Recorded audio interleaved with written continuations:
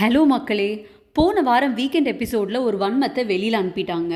சரி, இனிமேலாச்சும் big pass பார்க்குறதுக்கு ரொம்ப நல்லா இருக்கும், ரொம்ப பாசிட்டிவிட்டியாக இருக்கும், ஃபன் இருக்கும், என்டர்டெயின்மெண்ட் இருக்கும், இப்படியெல்லாம் இருக்கும்னு பார்த்தா இந்த வாரம் எக்ஸ் கண்டஸ்டன்ஸை உள்ளே அனுப்பி வன்மத்தை கொட்டுன்னு கொட்டி வச்சுருக்காங்க. என்னங்க இது, சீசன் 9 என்ன ஒரு கர்ஸ்டு சீசனா?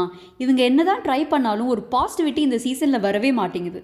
போன சீசனில் ஜாக்லின், சௌந்தர்யா, அப்புறம் நம்ம பவித்ரா ஜனனி, அன்ஷிதா இவங்க எல்லாமே எவ்வளோ பரவாயில்லன்னு தோணுது. ஒரு கோவில் கூட கொட்டி வச்சுக்கலாம். இந்த தடவை என்னெல்லாம் பண்ணுறாங்க, எஸ்பெஷலி வியானாங்க வந்துட்டு சரி கொஞ்சம் நல்ல இமேஜை மெயின்டைன் பண்ணிட்டு போகலாம்ல, வன்மத்தை கொட்டுறாங்க, சாண்ட்ராவை கண்டபடி ஓட்டுறாங்க, ஓவர் ஆட்டிடியூட். அதே மாதிரி தான் பிரவீனும் நேற்று உள்ளே வந்தப்போ வினோத் கிட்ட ஒரு மாதிரி ரூடாக பண்ணார். அப்புறம் நம்ம வாட்டர்மெலன் ஸ்டார் அகெயின் வினோத்தை வந்து நீங்கள் இப்படி பண்ணீங்க, நான் அப்படி இருக்கும்போது நீங்கள் அப்படி பண்ணீங்க, இவங்களுக்கு எல்லாத்துக்குமே அந்த டாப் 6 வர முடியல நம்மளால் அப்படின்னு நல்ல ஒரு வெஞ்சன்ஸ் இருக்குது. பத்தாவதுக்கு வியானா வந்து வினோதை நல்லா ஏற்றி விடுறாருங்க. அண்ணே நீ தானே சூப்பரு, அவங்கெல்லாம் வேஸ்ட்டு, அவங்கெல்லாம் இந்த லெவலுக்கு வரக்கு அருகதையே இல்லை, அப்படி இப்படின்னு ஏற்றி விட்டுட்டு வினோதோட ஆட்டிடியூடும் கொஞ்சம் ஓவர் கான்ஃபிடென்ட்டாக தான் தெரியுது. இப்போ நம்ம திவ்யாவுக்கு என்னாச்சுன்னே தெரியலங்க. சாண்ட்ரா எனக்கு ஒரு க்ளோஷர் கொடுக்கல, இப்போ வீட்டில் நிறைய டைம் இருக்குது, என்கிட்ட பேச மாட்டுறாங்க, சாண்ட்ரா எனக்கு ஒரு க்ளோஷர் கொடுக்கல அப்படின்னு புலம்பிகிட்டு இருக்காங்க வரவங்க கிட்ட எல்லாமே. வர்றவங்க எல்லாருமே அது அவ்வளோ ஒர்த் இல்லை, நீங்கள் அதை பற்றி நினைக்காதீங்க, வெளியில் வந்து என்ன நடக்குதுன்னு பார்த்தா நீங்கள் அவங்ககிட்ட பேசவே மாட்டீங்கன்னு சொல்லி பார்க்குறாங்க. ஆனாலும் எல்லா இடத்துலையும் பதிவு பண்ணிகிட்டு இருக்காங்க அவங்க எனக்கு ஒரு க்ளோஷர் கொடுக்கலன்னு. Divya, it's high time you stop it.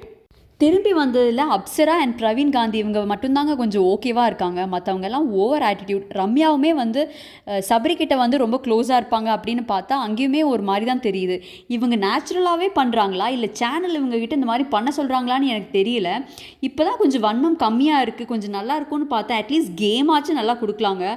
போன சீசனில் பணப்பெட்டியெல்லாம் எவ்வளோ ஃபயராக இருந்துச்சு. ஜாக்லினெல்லாம் அது ஓடி போய் எடுத்து எக்ஸிட் ஆகும்போது பீக் லெவலில் போச்சு. இந்த தடவை சப்புன்னு டாஸ்க் கொடுத்துருக்காங்க, பணப்பெட்டி டாஸ்க். அந்த பணப்பெட்டியை டம்மியாக வந்து அந்த கார்டன் ஏரியாவில் வச்சு குட்டி குட்டி டாஸ்க் கொடுத்து அதில் வர காசையெல்லாம் அதில் போட வச்சு, எனக்கு தெரிஞ்சு யார் பணப்பெட்டி எடுத்துகிட்டு போவாங்கன்னு எனக்கு தெரியல. மேபி சாண்ட்ரா எடுத்துகிட்டு போகலாம். மற்றவங்கெல்லாம் ஓரளவுக்கு கான்ஃபிடென்ட்டாக தான் இருக்காங்க. அரோரா கண்டிப்பாக எடுக்க மாட்டாங்க, ஏன்னா அவங்க டிடிஎஃப் வின் பண்ணியிருக்காங்க. ஸோ அந்த வின் பண்ணிவிட்டு இதை எடுத்துகிட்டு போனால் இட் ஓன்ட் லுக் குட். அதனால் அரோரா எடுக்க மாட்டாங்க. கானா வினோதும் எடுக்க மாட்டாங்க, ஏன்னா பிரவீன் காந்தி வந்து அவங்ககிட்ட சொல்லியிருக்காங்க நீங்கள் வந்து ரொம்ப நல்ல பொசிஷனில் இருக்கீங்க, இது எடுக்காதீங்க. அதனால் அவங்களுக்கு ஒரு ஹிண்ட் கிடச்சிருச்சு, மேபி அவர் வின் பண்ணலாம், 50 lakhs வின் பண்ணலான்னு. ஸோ கானா வினோதும் எடுக்க மாட்டாங்க, சபரி கண்டிப்பாக எடுக்க மாட்டார், விக்ரம்க்கு அந்த காசோட தேவையும் இல்லை, மேபி திவ்யாவும் எடுக்க மாட்டாங்க. ஸோ ஃபைனலி சாண்ட்ரா தான் எடுப்பாங்கன்னு நினைக்கிறேன்.